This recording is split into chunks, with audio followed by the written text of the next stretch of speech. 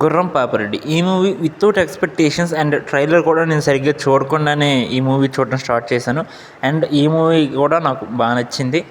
ఈ మూవీలో మీకు చాలా ఎక్కువ క్యాస్ట్ ఉంటుందన్నమాట. చాలా ఎక్కువ క్యారెక్టర్లు మీరు గుర్తుపెట్టుకోవాల్సి ఉంటుంది. అండ్ సెకండ్ థింగ్, స్టోరీ అనేది మనకు ఫస్ట్ హాఫ్ వరకు ఒకలా ఉండి సెకండ్ హాఫ్కి మంచిగా ఊపందుకుంటుంది. కాబట్టి ఫస్ట్ హాఫ్ మొత్తం చాలా పేషెన్స్తో వేచి ఉండాలి. అండ్ రివ్యూలోకి వెళ్ళిపోతే నాకు ఫస్ట్ హాఫ్ అయితే చాలా ఓకే అనిపించింది. వీళ్ళు ఏం చేస్తున్నారు, అసలు ఎందుకు చేస్తున్నారు అని ఒక చిన్న డౌట్ అయితే నాకు రప్పించడం జరిగింది. అండ్ వాళ్ళైతే సక్సెస్ అయ్యారు ఈ విషయంలో. ప్లాట్ ఏంటంటే మన హీరో ఒక శవాన్ని మార్చారనమాట ఆ గొయ్యిలోకి. అండ్ మార్చారా లేదా, అసలు ఎందుకు మార్చాల్సి వచ్చింది, దాని వెనుకున్న మాస్టర్ ప్లాన్ ఏంటి అనేది ఈ సినిమా. అండ్ సెకండ్ హాఫ్ మనకి ట్విస్ట్ అండ్ టర్న్స్తో బాగా వెళ్తుంది. అండ్ గుడ్ ట్విస్ట్ అనొచ్చు, వీళ్ళకి బాగా రాసుకున్నారు అవి.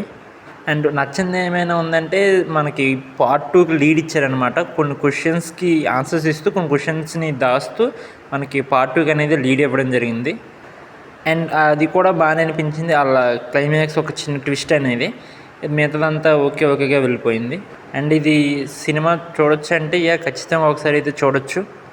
అండ్ సాంగ్స్ అండ్ బీజిఎమ్స్ అసలు ఏం బాగలేవు. యాక్టర్స్ అండ్ యాక్ట్రెసెస్ యొక్క పెర్ఫార్మెన్స్ ఎలా ఉందంటే అందరూ ఓకే పెర్ఫార్మెన్స్ అనిపించాయి నాకు. ముఖ్యంగా హీరోయిన్ అఫ్రేజా గారు అయితే అసలు పెద్ద యాక్టింగ్ అనిపించలేదు, ఏదో సోగా చేశారనిపించింది.